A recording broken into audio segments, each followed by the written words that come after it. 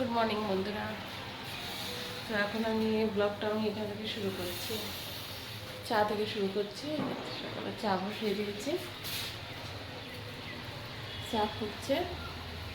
তো এখন সকালে আজকে ভাবছি লিকার চাই খাই, দুধ চা খাবো না।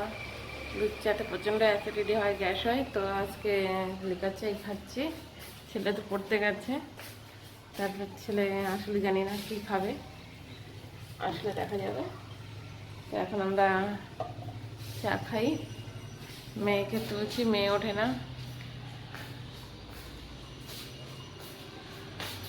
শ্রেয়া, শ্রেয়া, শ্রেয়া, শ্রেয়া রে,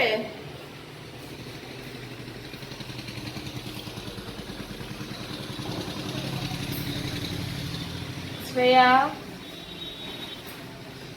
ও শ্রেয়া, ওঠো, ওঠো, ওঠো,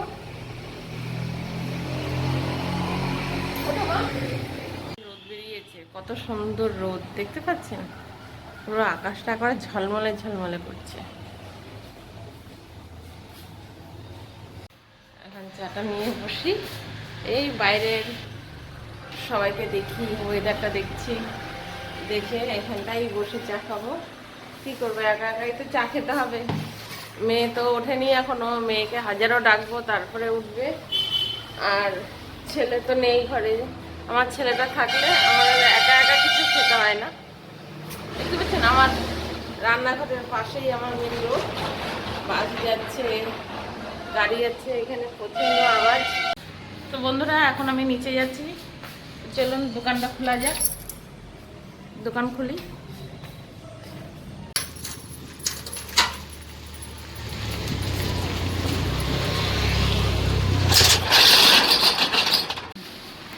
ছেলে চলে যাচ্ছে এখন সাথে বাজারে, বাজারে থেকে ও বললো একটু কচুরি খাবে, তো কচুরি আনতে পাঠালাম।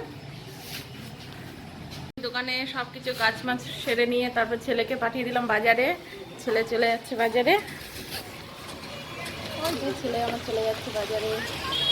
তারপরে এখন দেখি ছেলে বাজার থেকে কি নিয়ে আসে, তারপরে উপরে গিয়ে রান্না বান্না হবে।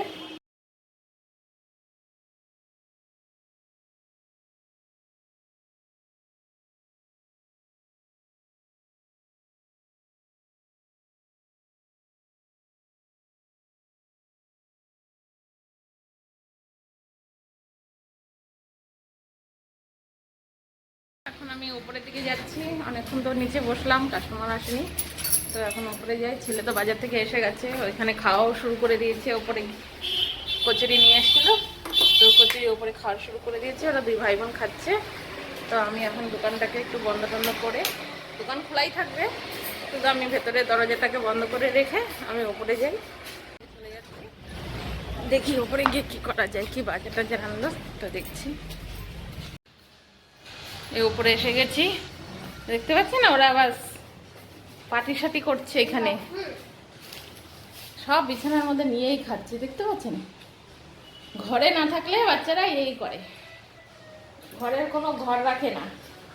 100 দিন বলেছি বিছানায় বসে খেতে না, আর সেটাই করে এরা, প্রতিবার একই কাজ। কি বলবো, এইখানে বড় কেউ নেই তো, শাশুড়ি থাকলে না সারাক্ষণ ক্যাটক্যাট করতো, তো ওরা শুনতো। এইখানে এরা যা ইচ্ছে তাই করছে, বলার কেউ নেই। আমিও নিচে থাকি, যেটা মনে আসে তাই করে। তো চলুন দেখি বাজার কি নিয়ে আসলো।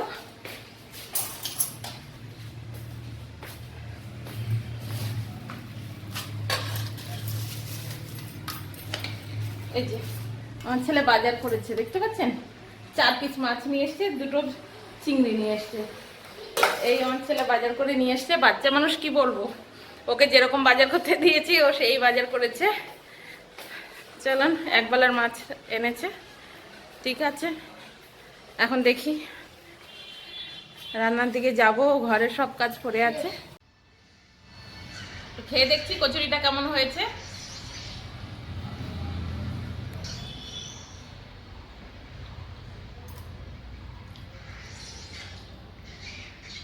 কিরকম?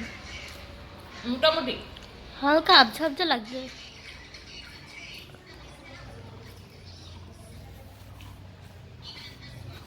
নতুন দোকান খুলেছে, সেই জায়গা থেকে আমার ছেলে কচুরি নিয়ে এসছে, কিন্তু তরকারির পরিমাণটা অনেকটা বেশি দিয়েছে, কিন্তু সবজিটার টেস্টটা একটু মোটামুটি আছে, ভালো। একদম যে খারাপ হয়েছে সেটা বলবো না, ভালো হয়েছে। রান্নায় ফিরে আসলাম। এখন রান্নায় আমি কেটে নিয়েছি, এখানে বেগুন আছে, উচ্ছে আছে,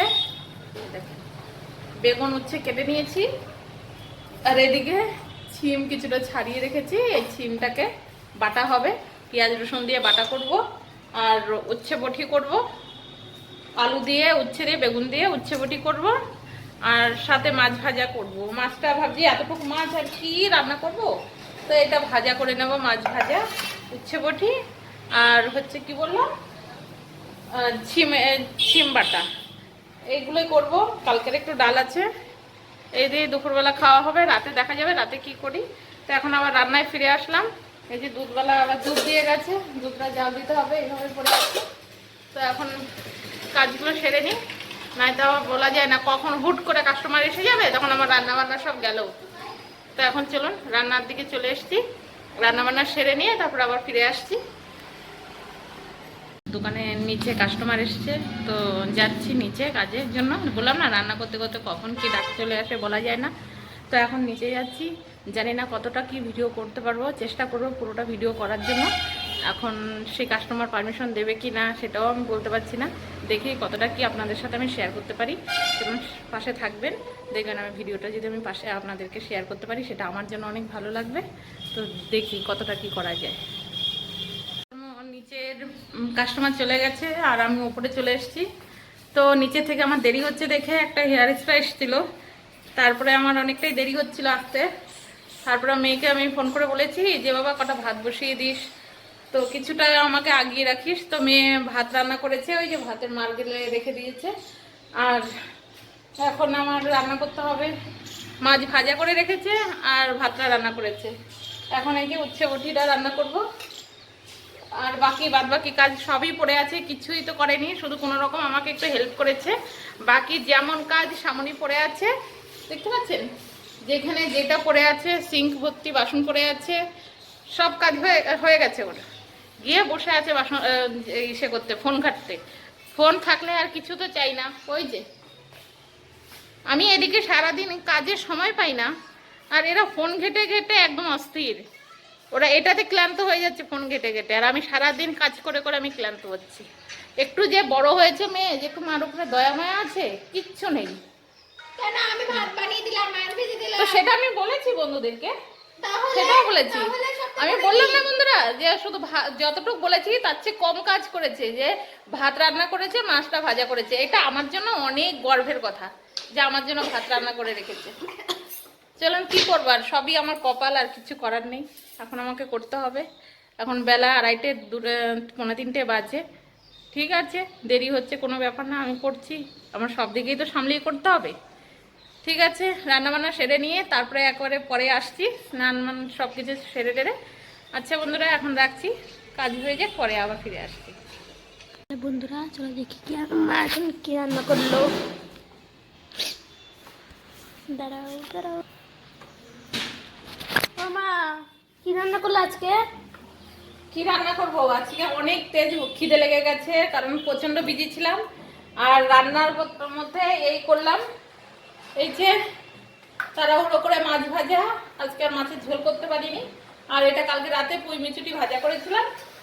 আর হচ্ছে এখন উচ্ছে বটি করেছি, উচ্ছে বটিটা এখনো ঢালা হয়নি, এত পরিমাণে খিদে লেগেছে। 3:45 বাজতে চললো, এখনো পর্যন্ত স্নান সেরে এসছি, এখনো সিঁদুর টিঁদুর পরা হয়নি। এসেই খেতে চলে এসছি, ছেলে মেয়ের খিদে লেগেছে। এই যে উচ্ছে বটি করেছি, তো এখন খেতে বসছি।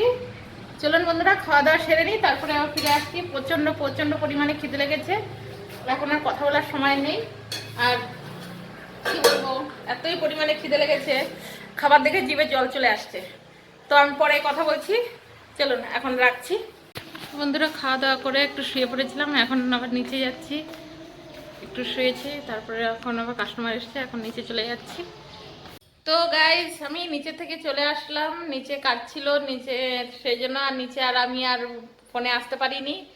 মেয়ে পড়তে বসেছে, ছেলে ওই যে সব বদমাশি কাজ করে যাচ্ছে, কি ইলেকট্রিক কাজ হচ্ছে, কি কাজ করছে না করছে মাথা মুন্ডু ওই জানে, এসব কিছু জানি না আমি।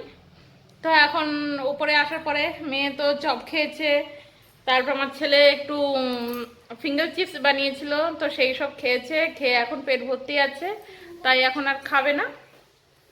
তো বলছি যে আমি পড়াশোনা করে নিই তারপরে খাবো। তো এখন প্রায় 10টা 10:30 বাজে চললো, এখনও খাওয়া দাওয়ার কোনো নাম নেই, জানি না কখন খাবে। তো আমি তো এখন আমার মতো গড়াগড়ি করব, যখন উঠবে তখন খাবে। ওদের পড়াশোনা কখন শেষ হবে তাও জানি না। আমার সারাদিনের প্রচণ্ড ক্লান্ত শরীর, অতক্ষণ আমি বসে থাকতে পারবো না, তাই এখন অতক্ষণ ধরে আমি এই ভিডিওটা কন্টিনিউ করছি না, তার জন্য আমি ব্লগটা আমি এখানেই শেষ করছি। তো আপনাদের যদি আমার ভিডিওটা যদি ভালো লাগে, আমার ব্লগটা যদি ভালো লেগে থাকে, তো প্লিজ একটা লাইক করবেন, শেয়ার করবেন, সাবস্ক্রাইবটা প্লিজ একটু করে দেবেন। আর আপনাদের আশেপাশে যারা থাকে তাদেরকেও বলে দেবেন একটু সাবস্ক্রাইবটা করে দিতে, চাই আমার নতুন নতুন ভিডিও যাতে আপনাদের সবার কাছে পৌঁছাতে পারে। তো সবাইকে আমি বলে দিচ্ছি গুড নাইট, সবাই ভালো থাকবেন, টাটা।